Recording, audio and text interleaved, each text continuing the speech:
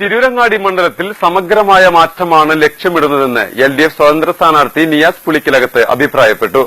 മന്ത്രിയായിട്ട് പോലും മണ്ഡലത്തിൽ വികസനം യാഥാർത്ഥ്യമാക്കാൻ PK അബ്ദുറബിന് കഴിഞ്ഞില്ലെന്നും അദ്ദേഹം കുറ്റപ്പെടുത്തി. വിദ്യാഭ്യാസ മന്ത്രിയാണ് കഴിഞ്ഞ പ്രാവശ്യം ഇവിടെ ജനപ്രതിനിധിയായിട്ടുള്ളത്. അവർ വിദ്യാഭ്യാസ മന്ത്രി എന്നുള്ള നിലയിൽ തിരൂരങ്ങാടി നിയോജക മണ്ഡലത്തിലെ വിദ്യാഭ്യാസ രംഗത്തുണ്ടായ പുരോഗതി എത്രയാണെന്ന് വിലയിരുത്തുവാൻ ഞാനൊരു വാദപ്രതിവാദത്തിന് ഡിബേറ്റിന് വരെ തയ്യാറാണ്. എല്ലാ സമയത്തും പറയുന്നത് തൃക്കുളം ഗവൺമെന്റ് ഹൈസ്കൂൾ അപ്ഗ്രേഡ് ചെയ്തിട്ടുണ്ട്, പരപ്പനങ്ങാടി നെടുവ സ്കൂൾ അപ്ഗ്രേഡ് ചെയ്തു. രണ്ട് സ്കൂളുകളാണ് ഹൈസ്കൂളായിട്ട് ഗവൺമെന്റ് തലത്തിൽ അപ്ഗ്രേഡ് ചെയ്തിട്ടുള്ളത്. 6 LP സ്കൂളുകളാണ് UP ആയിട്ട് അപ്ഗ്രേഡ് ചെയ്തിട്ടുള്ളത്. തിരുവങ്ങാടി തൃക്കുളം ഹൈസ്കൂളിന്റെ സ്ഥിതി എന്താണ് എന്നുള്ളത് നിങ്ങൾ അന്വേഷിക്കേണ്ട കാര്യം. 22ഓളം അധ്യാപകരെ വേണ്ടിയെടുത്ത് 5 അധ്യാപകരെ പോസ്റ്റ് ചെയ്തുകൊണ്ട് 17 അധ്യാപകർക്ക് വിദ്യാർത്ഥികളിൽ നിന്നും പാവപ്പെട്ട വിദ്യാർത്ഥികളിൽ നിന്നും പിരിവെടുത്തുകൊണ്ട് PTA ശമ്പളം കൊടുത്തുകൊണ്ട് അവിടെ പഠിപ്പിക്കുന്നത്.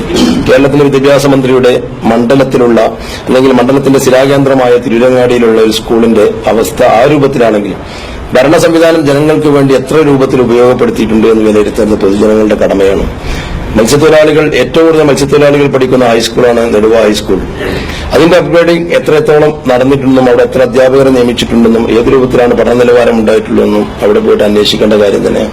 അതിലുപരി സന്മനസ്സുള്ള ഒരുപാട് ആളുകളും സംഘടനകളും ഇത്തരം സ്കൂളുകൾക്ക് ചെയ്യുന്ന പല പ്രോജക്ടുകളും അതിന്റെ ഒരു പിതൃത്വത്തിൽ നിന്ന് ഞങ്ങൾ മാറ്റപ്പെടുമോ എന്ന് ശങ്കിക്കുമ്പോൾ അതിനവരെ തുരങ്കം വെക്കുന്ന രീതിയിലേക്ക് രാഷ്ട്രീയ സംവിധാനങ്ങൾ മാറുന്ന ഒരു ദുരവസ്ഥയും ഞാനൊക്കെ അതിന്റെ അനുഭവസ്ഥരാണ്.